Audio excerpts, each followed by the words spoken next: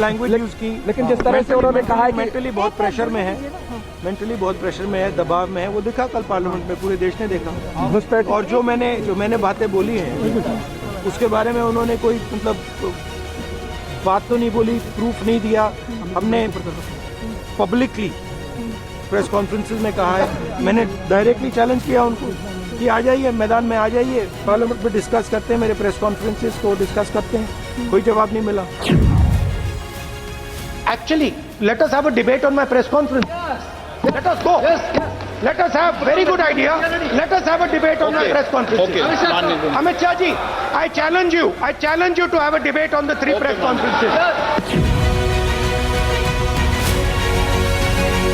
विपक्ष के नेता महोदय कहते हैं कि पहले मेरी बात का आप जवाब दीजिए, मैं सुनना चाहता हूं। आपकी मुंसफी से संसद नहीं चलेगी।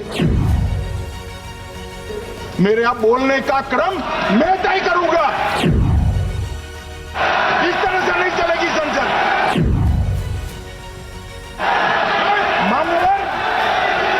मान्यवर, उनको धैर्य रखना चाहिए, उनको धैर्य रखना चाहिए मेरा जवाब सुनने का। इनकी एक एक बात का जवाब मैं दूंगा, मगर मेरे भाषण का क्रम वो तय नहीं कर सकते, मैं करूंगा क्योंकि मैं बोल रहा हूं मन। आपने अगर अमित शाह जी का रिस्पांस देखा तो ये कंप्लीटली डिफेंसिव रिस्पांस है, ये घबराया हुआ रिस्पांस है, ये डरा हुआ रिस्पांस है। अब सुनिए पूरी बात, प्लीज मानिए, नो, सच्चा रिस्पांस नहीं है। कल वो बोल रहे तो हम ऐसा थोड़ी ना बोले आप झूठ क्यों बोल रहे हो, हम नहीं बोले, नहीं बोल सकते साहब। वो माननीय विपक्ष के नेता है, वो बोल सकते अपना भाषण मान्यवर। और मैंने तो ये भी कहा, मेरा पूरा भाषण छूट कर कुछ बच जाता है तो आप पूछिएगा, मैं जवाब दूंगा, मगर अब धैर्य भी चाहिए और सुनना भी चाहिए, दोनों चीजें करनी पड़ती हैं। आपने सर्जिकल स्ट्राइक का विरोध किया इसलिए हम जीते, आपने एयर स्ट्राइक का विरोध किया इसलिए जीते, आपने 370 हटाने का विरोध किया इसलिए जीते हैं, आपने राम मंदिर बनाने का विरोध किया इसलिए जीते हैं, आपने घुसपैठियों को हटाने का विरोध किया इसलिए जीते हैं, आपने सीएए का विरोध किया इसलिए हम जीते हैं, आपने ट्रिपल तलाक हटाने का विरोध किया इसलिए जीते हैं।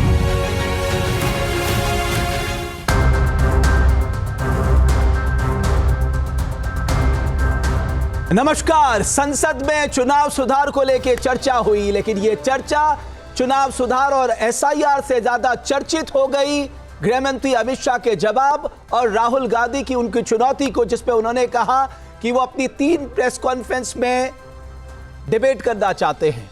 लेकिन असली सवाल ये है कि क्या देश की संसद, देश के राजनीतिक दल चुनाव सुधार को लेकर गंभीर है? इसी पे है आज के हमारे सवाल। क्या एसआईआर का मामला अब व्यक्तिगत हमलों तक पहुंच गया है? क्या सरकार के जवाब के बाद वोट चोरी का दाव कांग्रेस पर उल्टा पड़ गया है?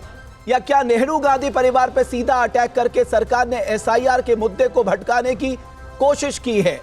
और इसी पे बात करने के लिए हमारे साथ एक बहुत ही खास पैनल जुड़ रहा है।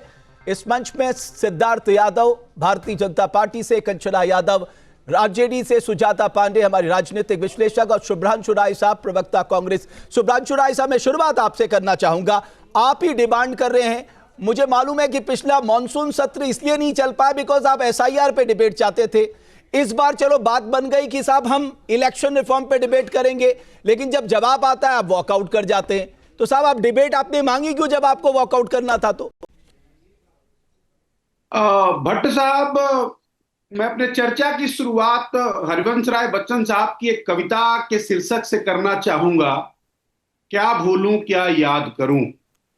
अभी आपने अपने कार्यक्रम की शुरुआत में कुछ देश को हाईलाइट बताया, उसमें एक चीज आपने छोड़ दिया कि मैक्सिको जैसा देश भी भारत के ऊपर 50% टैरिफ आज उसने और एक एक्स्ट्रा लगाया।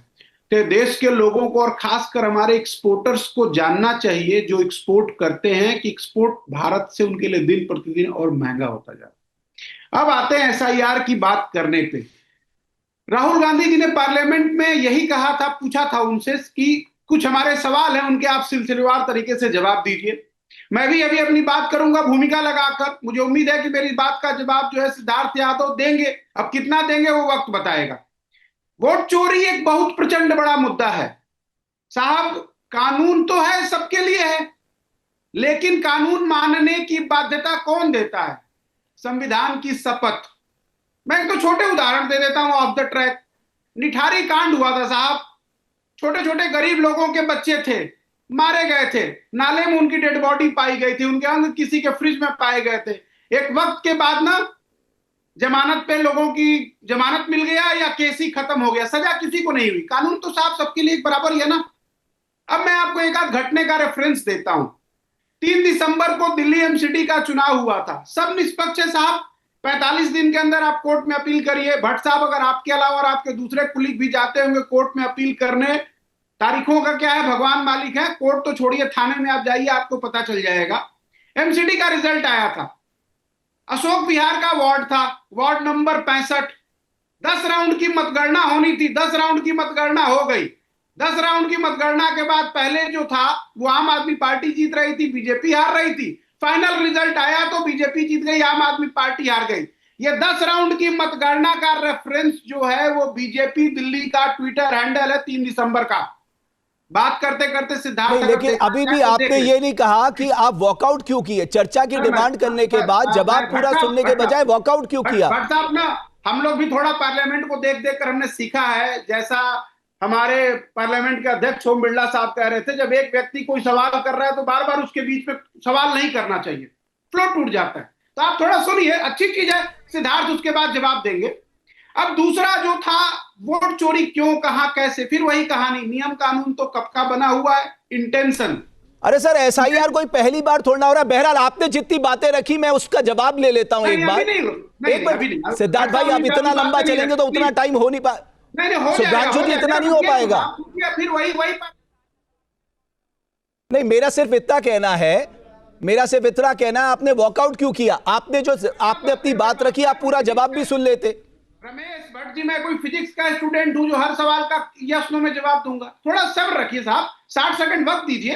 पॉलिटिकल गंभीर चर्चा है। दूसरा था, 11 नवंबर को चुनाव आयोग ने बिहार के लिए बताया कि 7 करोड़ 42 लाख वोटर होंगे। और जब आप पूरा कंफ्यूज कर रहे हैं। मैंने आपसे क्या पूछा, आपने वॉकआउट क्यों किया? आप मुझे तमाम कहावतें बता रहे हैं। बहरहाल मैं, ठीक है भट्ट साहब, मैं वही बता रहा हूं।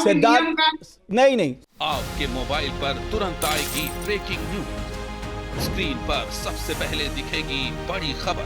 देश दुनिया की हर खबर एक जगह। अब आपके मोबाइल पर तुरंत फटाफट इंस्टॉल कीजिए न्यूज नेशन ऐप और रखिए खुद को अपडेट।